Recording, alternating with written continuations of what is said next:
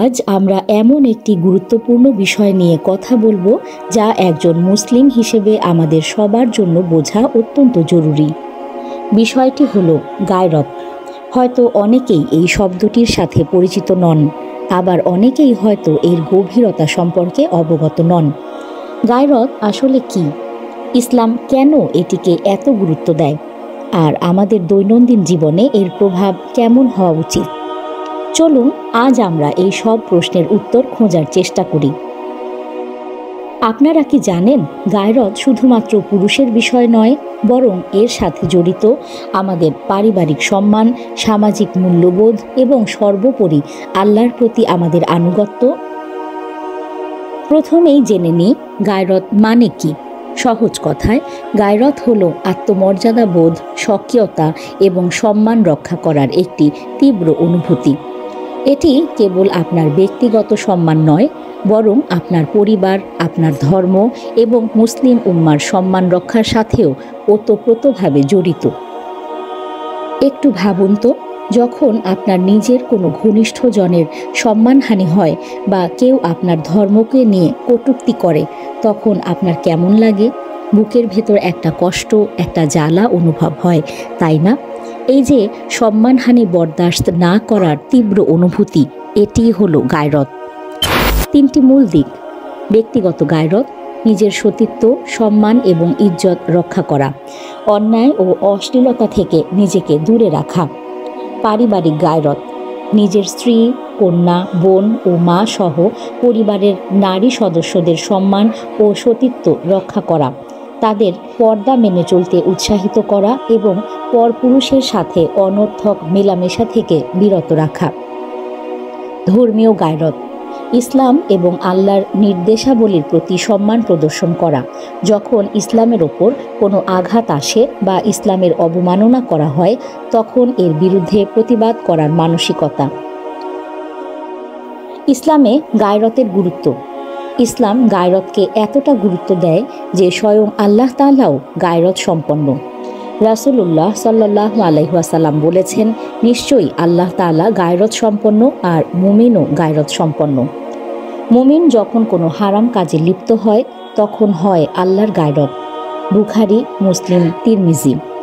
এই হাদিস থেকে বোঝা যায়, যখন কোনো মুসলিম বান্দা পাপে লিপ্ত হয়, তখন আল্লাহর গায়রত জাগ্রত হয়। অর্থাৎ আল্লাহ পছন্দ করেন না যে তাঁর বান্দা পাপে জড়িয়ে কলুষিত হোক। রাসূলুল্লাহ সাল্লাল্লাহু আলাইহি ওয়াসাল্লাম এবং সাহাবাদের গায়রত। আমাদের প্রিয় নবী মুহাম্মদ সাল্লাল্লাহু আলাইহি ওয়াসাল্লাম ছিলেন গায়রতের উজ্জ্বলতম দৃষ্টান্ত। সাহাবায়ে কিরাম রাদিয়াল্লাহু আনহু তাআলা তাঁদের গায়রতের কারণে সমাজে অত্যন্ত সম্মানিত ছিলেন।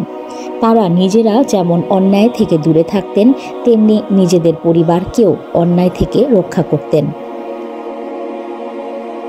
আজকাল সমাজে গায়রতের অভাব লক্ষ্য করা যাচ্ছে।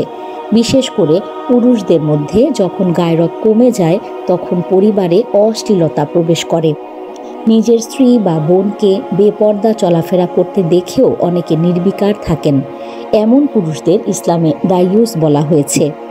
রাসূলুল্লাহ সাল্লাল্লাহু আলাইহি ওয়াসাল্লাম বলেছেন, ৩ শ্রেণীর লোক জান্নাতে প্রবেশ করতে পারবে না: পিতামাতার অবাধ্য সন্তান, দায়ুস এবং পুরুষের বেশ ধারণকারী নারী।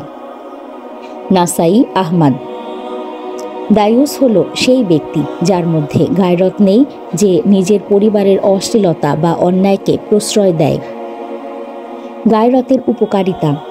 গায়রত একজন ব্যক্তিকে মন্দ কাজ থেকে বিরত রাখে। এটি মানুষকে আত্মমর্যাদাশীল বা দায়িত্বশীল করে তোলে।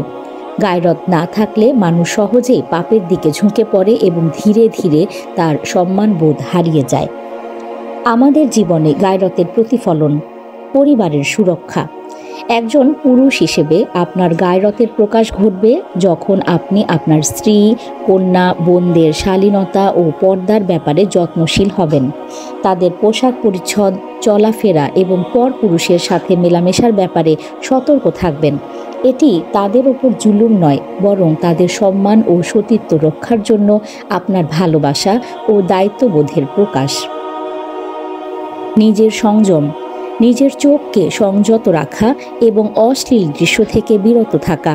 হারাম সম্পর্ক থেকে নিজেকে দূরে রাখা, আল্লাহর হুকুমের প্রতি অবিচলতা, 5 ওয়াক্ত নামাজ আদায় করা, কুরআন তিলাওয়াত করা এবং আল্লাহর নির্দেশাবলী মেনে চলা।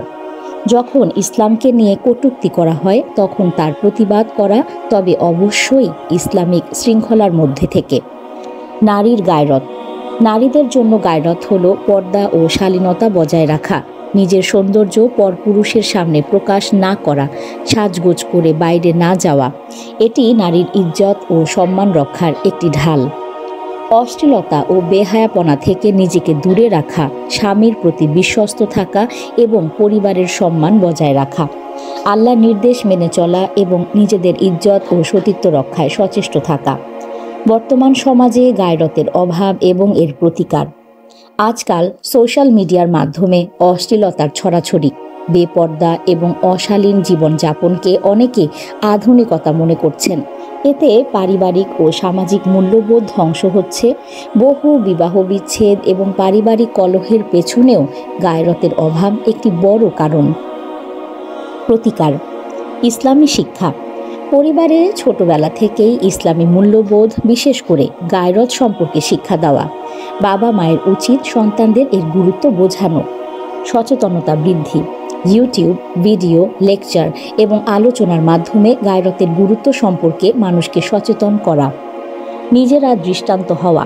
আমরা নিজেরা যদি গায়রত সম্পন্ন হই তবে তা অন্যদের জন্য উদাহরণ হবে।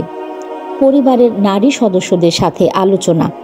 পর্দা এবং শালীনতার গুরুত্ব নিয়ে পরিবারের নারী সদস্যদের সাথে সুন্দরভাবে আলোচনা করা, জোর জবরদস্তি নয় বরং ভালোবাসা ও বোঝানোর মাধ্যমে। আসুন আমরা আমাদের অন্তরে গায়রতের এই অমূল্য গুণটিকে জাগ্রত করি, নিজেদেরকে এবং আমাদের পরিবারকে সকল প্রকার অশ্লীলতা ও অন্যায় থেকে রক্ষা করি, আল্লাহকে ভয় করি এবং তার নির্দেশাবলী মেনে চলি। কারণ গায়রত শুধু একটি ব্যক্তিগত গুণ নয়, এটি একটি সুস্থ ও সুন্দর মুসলিম সমাজ গঠনের ভিত্তি। আল্লাহ সুবহানাহু ওয়া তাআলা আমাদের সবাইকে গায়রত সম্পন্ন হওয়ার তৌফিক দান করুন এবং আমাদের সকল হারাম কাজ থেকে দূরে রাখুন। আমিন। নিউজ ডেস্ক সংযুক্ত।